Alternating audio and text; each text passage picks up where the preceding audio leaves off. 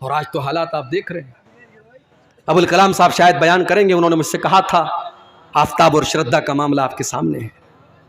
کوئی پہلا کیس تو نہیں ہے اس دیش کا, اس کے پہلے بھی ایسے کیس آئے کہ ظالم شوہر نے بیوی کے ٹکڑے ٹکڑے کر دیے, ظالم بیوی نے اپنے شوہر کے ساتھ بے وفائی کر کے گلا ریت دیا, اس کے بدن کے ٹکڑے کر دیے. مگر وہاں میڈیا کو مسالہ نہیں ملتا تھا, یہاں میڈیا کو مسالہ مل گیا کیونکہ نام ساتھ میں آفتاب کا آ گیا. فیس بک کے اوپر نارمل پوسٹوں میں کمنٹ آتا ہے کہ مسلمان سے شادی کرنے کے پہلے دیکھ لینا اس کے گھر میں فریزر تو نہیں ہے, کہیں تمہارے بھی بدن کے 36 ٹکڑے نہ کرتے. میرے پیارے ساتھیوں, سب کی جڑ یہ ہے کہ آج ہم نے اسلام کو بالائے طاق رکھ دیا, ورنہ یہ اسلام کی تو تعلیم ہی نہیں ہے کہ لڑکا اور لڑکی بغیر نکاح کے ساتھ میں رہے. بھارت کا قانون اجازت دیتا ہے کہ لڑکا لڑکی بغیر نکاح کے ساتھ میں رہ سکتے ہیں, اس کو لیو ان ریلیشن شپ کہا جاتا ہے. مگر اسلام کی نظر میں یہ زنا ہے, اسلام کی نظر میں یہ بدکاری ہے, اسلام اس کی اجازت نہیں دیتا. ارے اسلام تو اس بات کی بھی اجازت نہیں دیتا کہ نکاح کے ٹائم آپ کے دل میں یہ مقصد ہو کہ میرا مقصد صرف اپنی سیکسول ڈیزائرز کو پورا کرنا ہے, اپنی جسمانی خواہشات کو پورا کرنا ہے. اگر صرف خواہش کو پورا کرنے کے لیے آپ نکاح کر رہے ہیں تو معاف کیجئے, نکاح کا یہ مقصد نہیں ہے. اللہ نے قرآن میں فرمایا محسنین غیر مسافحین, نکاح کا مقصد گھر بسانا ہے. آپ گھر بسانے کے لیے نکاح کر رہے ہیں, اس لڑکی کو آپ گھر میں لا رہے ہیں تاکہ ایک نیا پریوار بسائیں, ایک نیا گھر بنائیں. تو جہیز کی اس رسم کی وجہ سے بھی آج سماج میں بڑی برائیاں ہو رہی. اللہ نے فرمایا کہ اس کے پہلے کی موت آ جائے, اس کے پہلے کی موت آ جائے تم اللہ کے راستے میں خرچ کرو. جب موت آ جائے گی تو تم یہ کہو گے کہ اے اللہ کاش تو مجھے تھوڑا سا وقت اور دے دیتا تاکہ میں تیری راہ میں صدقہ اور خیرات کرتا. اللہ نے فرمایا وَلَن يُؤَخِّرَ اللَّهُ نَفْسًا إِذَا جَاءَ أَجَلُهَا, لیکن جب موت کا ٹائم آ جائے گا تو ایک سیکنڈ بھی کسی کو مہلت نہیں ملے گی, ایک سیکنڈ بھی کسی کو مہلت نہیں ملے گی. ایمان تو فرعون بھی لایا تھا, جی ہاں فرعون بھی ایمان لایا تھا. کب لایا تھا؟ جب موت کو سامنے دیکھ لیا. جب فرعون ڈوبنے لگا تو فرعون نے کہا آمنت بالذی آمنت بہ بنو اسرائیل, میں اس اللہ کے اوپر ایمان لاتا ہوں جس اللہ کے اوپر بنی اسرائیل ایمان رکھتے ہیں. اللہ نے فرمایا الآن وقد عصیت من قبل, اے فرعون تو اب جا کر کے ایمان لا رہا ہے, اب تیرے ایمان لانے کا کیا فائدہ, تیری ساری زندگی تو گناہوں میں گزری ہے. میرے نوجوان ساتھیوں, موت اپنے وقت پر آئے گی اور آپ کو مہلت نہیں دے گی. ایک آخری واقعہ بیان کر کے بات ختم کر رہا ہوں, مجھے ابھی فوراً نکلنا ہے پورنیہ کے لیے, ٹرین پکڑنی ہے. کل بنارس میں پروگرام ہے میرا اور وہ اپنے محلے کا اپنے گھر کا پروگرام ہے, وہاں شامل ہونا ضروری ہے. ایک آخری واقعہ سنا رہا ہوں, سعودی عرب کا سچا واقعہ. وہاں کے عالم دین نے لکھا ہے, 3-4 نوجوان گاڑی میں بیٹھے اور سعودی عرب کی سڑکیں ماشاءاللہ بہترین سڑکیں ہیں, پوری اسپیڈ سے گاڑی چل رہی ہے, پوری اسپیڈ سے گاڑی چل رہی ہے. ایکسیڈنٹ ہو گیا اور 4 نوجوانوں میں سے 3 نوجوان آن دا اسپاٹ انتقال کر گئے, فوراً مر گئے. ایک نوجوان بچ گیا, آخری سانسیں لے رہا ہے. ٹریفک پولیس والے, شرطۃ المرور والے اس کے پاس پہنچے اور اس سے پوچھا کہ کیا حال ہے تمہارا, تم کہاں جا رہے تھے, کیا نام ہے تمہارا. اس نوجوان کے منہ سے بس ایک ہی لفظ نکلتا ہے انا فی سقر, انا فی سقر, انا فی سقر, میں سقر میں ہوں, میں سقر میں ہوں, میں سقر میں ہوں. ٹریفک پولیس والوں کو اس بات کا مطلب سمجھ میں نہیں آیا. ٹریفک پولیس والوں نے اس علاقے کے عالم دین سے کانٹیکٹ کیا کہ یہ نوجوان لڑکا آخری ٹائم میں آنا فی سقر کہہ کر کے مر گیا, اس کا مطلب کیا ہے. عالم دین نے, مولوی صاحب نے کہا کہ اس کا مطلب تمہیں قرآن کے 29ویں پارے میں ملے گا. قرآن کا 29واں پارہ اٹھاؤ, اللہ فرماتا ہے جب جنتی جنت میں جائیں گے, جب جہنمی جہنم میں جائیں گے تو جنتی جہنمیوں سے پوچھیں گے ما سلککم فی سقر, تم سقر کے اندر کیسے چلے گئے. سقر مطلب بہت خطرناک گڈھا. جہنم کا ایک نام سقر بھی ہے کیونکہ جہنم گڈھے کی طرح ہے, انسان اس کے اندر گرے گا, اس لیے جہنم کا ایک نام سقر بھی ہے. جنتی جہنمیوں سے سوال کریں گے ما سلککم فی سقر, تم جہنم کے اندر کیوں چلے گئے. تو جہنمی کیا جواب دیں گے, قالوا لم نک من المصلین, ہم نماز نہیں پڑھا کرتے تھے.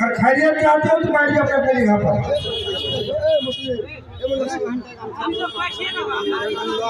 میرے بھائیوں،